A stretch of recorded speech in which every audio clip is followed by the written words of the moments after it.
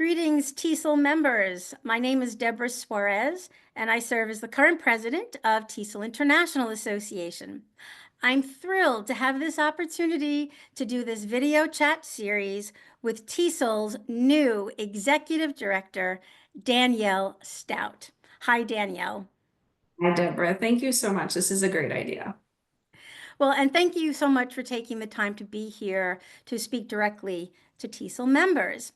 Mhm. Danielle, you come to TESOL with a vast amount of experience as an association professional and as an association executive. Can you tell us a little bit more about yourself and about your professional journey? Sure. So I grew up in the Midwest, Toledo, Ohio. Went to school in Cincinnati, and then from there decided I wanted to move to a big city and ended up in DC. And part of my reason for wanting to move to DC is I wanted to be the event planner for the White House. That didn't work out, so I ended up becoming a membership and meetings assistant for the United Motor Coach Association.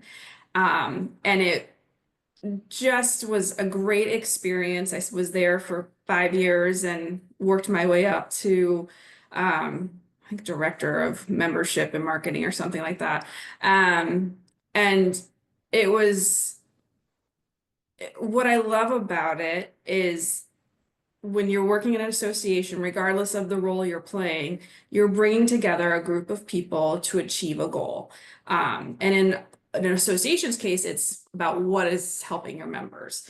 What are we doing to help our members be successful? And that just has always really spoke to me, the idea of helping others and working together as a group. And I'm really lucky to have found a career that I really enjoy and look forward to every day.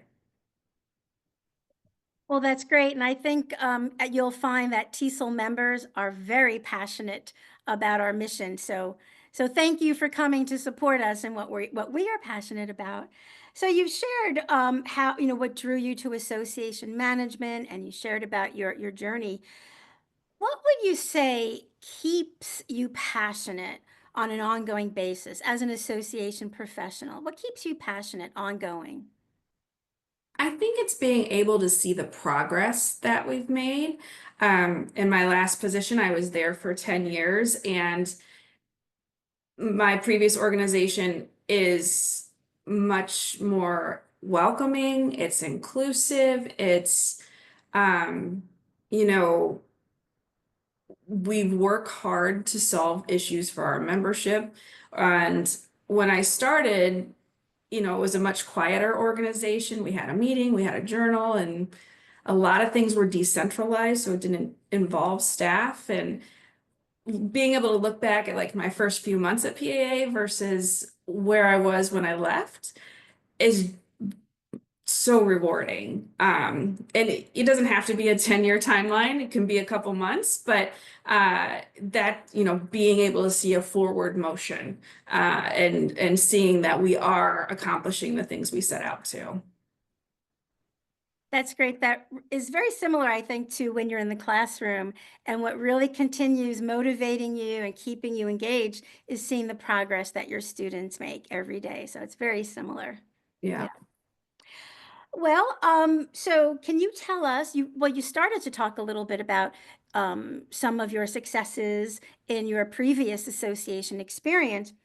Can you tell us a little bit more about how your experience in leading other kinds of associations really translate into supporting TESOL and TESOL's mission? Mhm. I think what I've learned the most about associations in general is that every association takes on the personality of its members. And one of the things you have to be able to do as an association executive is be able to work with your members where they are and where they're coming from. So in my prior organization, PAA's membership is primarily academics at the university level. So for them, like having materials that are straightforward and data driven, it is what spoke to them. Demographers as a whole are very collaborative, so that is what they valued. So being able to adjust my style as a leader to fit the organization is critical. And that's something I've learned throughout the years. I ran an organization for lobbyists who are vastly different than the organization I ran for school bus companies. Very different human beings. But I'm able to adapt my approach and my work to suit the organization. And I think that's a key factor to my success. I love it. I love that you have such a diverse experience and diverse associations. That's wonderful. Mhm. And I know that that you've not only been with different kinds of associations, but you've had different roles in those associations as well. So I know we didn't plan this, but can you share some roles that you have played in different associations? Sure.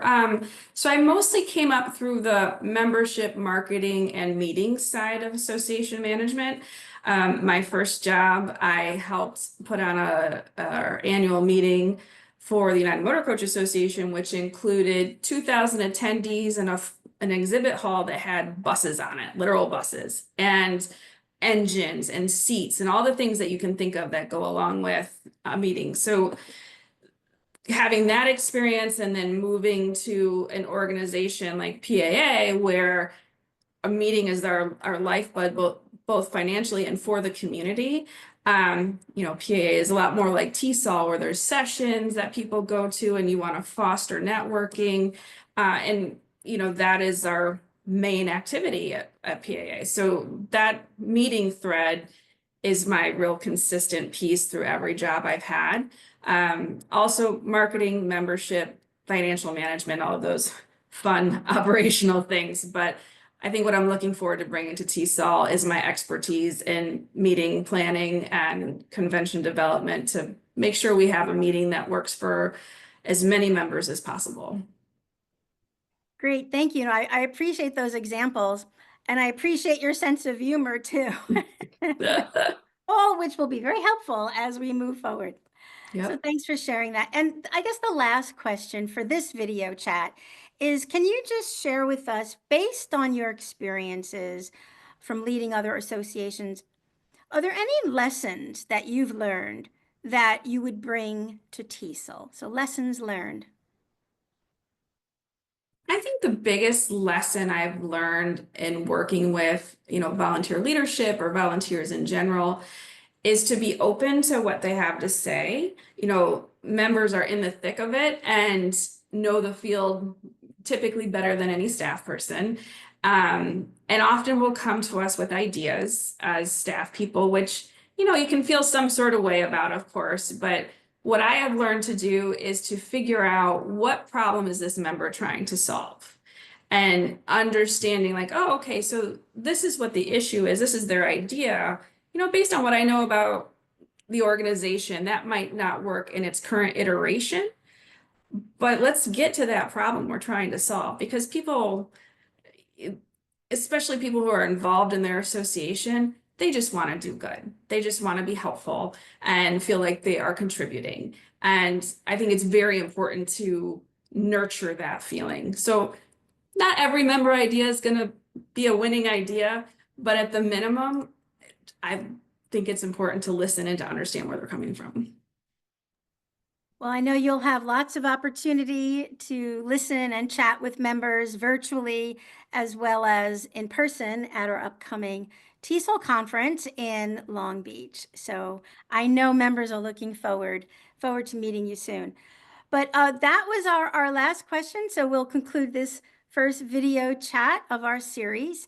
And once again, TESOL members, thank you for joining. Look for our next 3 video chats where Danielle Staudt, TESOL's new Executive Director, addresses topics that we know are of real importance to TESOL members. And with that, thank you again, Danielle. Thank you, Deborah.